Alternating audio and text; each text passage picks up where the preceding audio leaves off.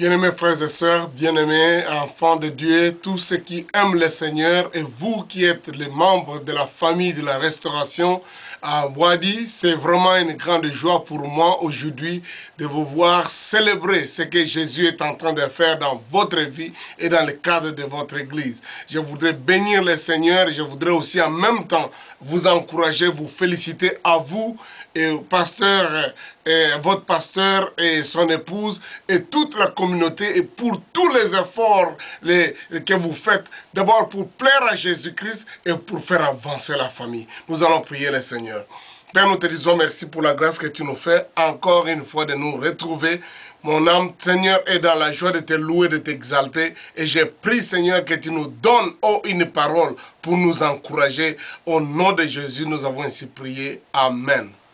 Ma joie, c'est effectivement de savoir que vous venez encore de passer une autre année avec Jésus-Christ. Une autre année en tant que communauté, en tant qu'assemblée, en tant que des frères et sœurs qui se réunissent à un endroit dans le cadre de l'église de la restauration. Je voudrais saluer vous tous, les efforts, le travail, surtout la persévérance, en commençant par votre pasteur, le pasteur congolais Guy, et maman Annie, son épouse, et bien d'autres frères et sœurs que je connais qui sont en train de se dédier pour le travail là-bas. En tout cas, à vous tous, je vous salue, je vous bénis, je prie pour vous que la grâce et les faveurs de Dieu soient avec vous.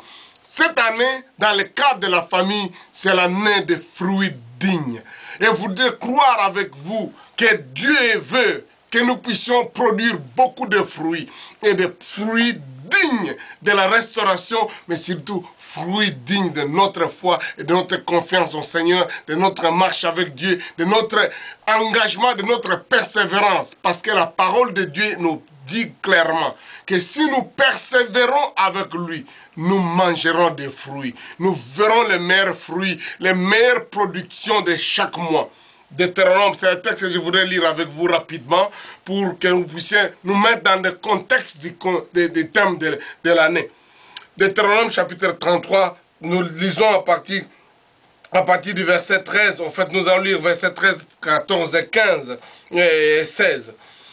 Sir Joseph, il dit, son pays recevra de l'Éternel en signe de bénédiction le meilleur don du ciel, la rosée, les meilleures eaux qui sont en bas, les meilleurs fruits du soleil, les meilleurs fruits de chaque mois, les meilleurs produits des antiques montagnes, les meilleurs produits des collines séculaires, les meilleurs produits de la terre et de ce qu'elle renferme. Que la grâce de celui qui a apparu dans les buissons vienne sur la tête de Joseph et sur le sommet de la tête du prince de ses frères. Amen. J'aime beaucoup ce texte. Quelle merveilleuse succession ou multiplication ou répétition de l'expression meilleur. Meilleur, dans les termes bibliques, meilleur, c'est-à-dire c'est à quoi on ne peut plus rien ajouter. Qualité excellente, supérieure, quelque chose qui va au-delà de ce qui est bon. Donc, c'est très bon. Et il dit ici, vous recevrez. Dieu veut t'accorder à toi, mon frère, ma soeur, à chacun de nous qui croyons comme Joseph, qui nous confions à ce Seigneur glorieux, les meilleurs fruits de chaque mois. Ça, c'est la promesse que nous avons reçue de la part du Seigneur pour cette année 2011. Les meilleurs, 2012, les meilleurs fruits de chaque mois. C'est la promesse que Dieu nous donne. Dieu veut que nous puissions produire. Dieu veut que nous puissions aussi récolter les efforts que nous avons fournis. Pour vous, une année après, 2 ans après, si nous considérons seulement la façon normale, quand quelqu'un fait un champ, quand quelqu'un plante un arbre, met une semence dans la terre, après quelques mois, les pluies qui tombent dessus, la Bible dit que quand les pluies tombent sur cette terre qui est abreuvée, qu'elle produit des fruits, elle participe à la bénédiction de Dieu. Donc, nous devons être comme ce que Paul dit, que personne ne plante un arbre sans en manger le fruit. Personne ne dépose une semence sans avoir jouir de ses fruits. C'est ma prière et que les efforts que vous avez faits, une année, 2 ans, que vous continuez à faire chaque jour et chaque mois, puisse maintenant aboutir au temps où vous pouvez cueillir des fruits. Il est parfois difficile, comme la Bible dit, de voir ces fruits grandir jour après jour, de cet arbre qui grandit, le temps de patience. Mais la Bible nous exhorte d'être patient et de croire à la bénédiction et de croire que le fruit va venir. Et aussi, c'est une joie de savoir que quand on a planté, comme le psaume 126 dit, plantant avec cri de douleur et de pleurs, on récolte avec joie, avec des chants d'allégresse.